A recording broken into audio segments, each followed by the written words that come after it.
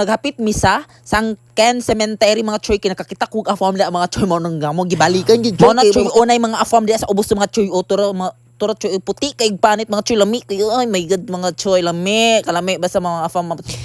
Hello mga choy, so karon mag-deliver mi sa order sa akong ate. So karon padulong na mi sa Sagay. Maudi ay na ang eskwelahan sa Backnet Integrated School.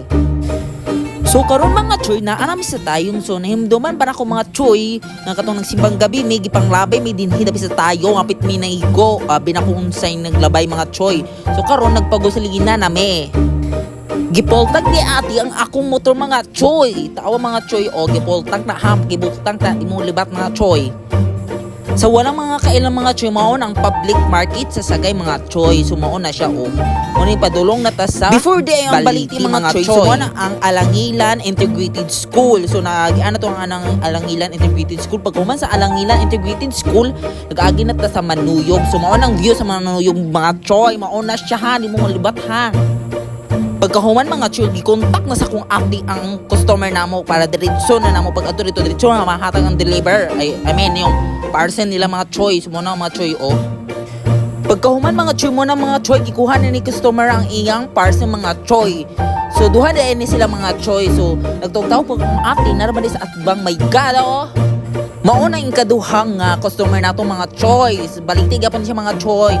Maong nagbayad na si customer mga choy kay nagdali pud mga choy no. Pagkuman sa baliti choy sa Ginsiliban na pud mi choy kay nami duha ka customer sa Ginsiliban mga choy. Pagkuman mga choy na nami sa Lagon so mo na ang tulay sa Lagon mga choy. So one way raman siya mga choy so nag-agi mi dinhi. So mo ni ang view padulong dito sa unahan mga choy. So mo na siya ang view dinhi mo na siya kung makita ninyo. So nice ang view anak kay daghan mga kahoy. Landong na mga choy, mga landong kasi mga landong din na pagkuman sa Ginsiliban mga choy na nami sa Mahinog. I love Mahinog. So mo na siya mga choy. So pagkaabot sa unahan mga choy, mag-snack mi kay gutom akong ate mga choy. Mo na nagpalit mi pan o kita wana pan o daghan kay pan o. Kasi may gusto pan diha. Pili na mo. Alas 12 po na nadako mga choy bantog gutom akong ate mga choy. Mo na nagpalit mi sa pan o Pepsi. Mauna mga choy nagkaon na mi kay gigutom na kong ate so mauna siya nagkaon na mi so pagkahuman ana mga choy drive na pod mi kaya padong na mi sa isa na mo ka customer sa Magting. Maunang among customer sa Magting mga choy nakalaos pa mi sa bukid mga choy my god choy nakaon sa bukid gid choy. Pagkahuman mga choy, so naghapit mi sa si Ansan mga choy kay ingod ako ati tada do yung kuan diha mga choy mga view diha so yung ko ala sige kay mag picture tadi ha.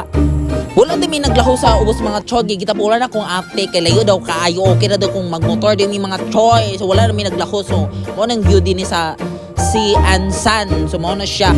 So ato na ipadadali mga choy kay maugmaan ta mga choy kung ato pa ni ipadugay mga choy mo nang so mo nang view din ni sa si Ansan mga choy so wala na mi naglaho sa ubos pagkauman sa si Ansan mga choy, so naghapit misa sang Ken Cemetery mga choy kinakakita kog afam da mga choy mo nang gamo gibalikan gid. Mo na choy unay mga afam dia sa ubos sa mga choy otoro choy puti kay panit mga choy lami kay ay my god mga choy lami kalami. So mao din ang view sa San Ken Cemetery mga choy. Cemetery na sa una mga choy ha.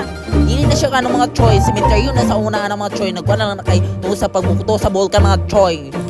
Pagkahuman mga choy nag-snack akong ate kay uhaw mga choy mo na si mga choy nagpalit mi diha sa halo-halo mga choy ni ate. Hello ate, shout out sa imo ate sa Alga lang side mga choy palit na mo diha ni ate. Na siya a la carte diha.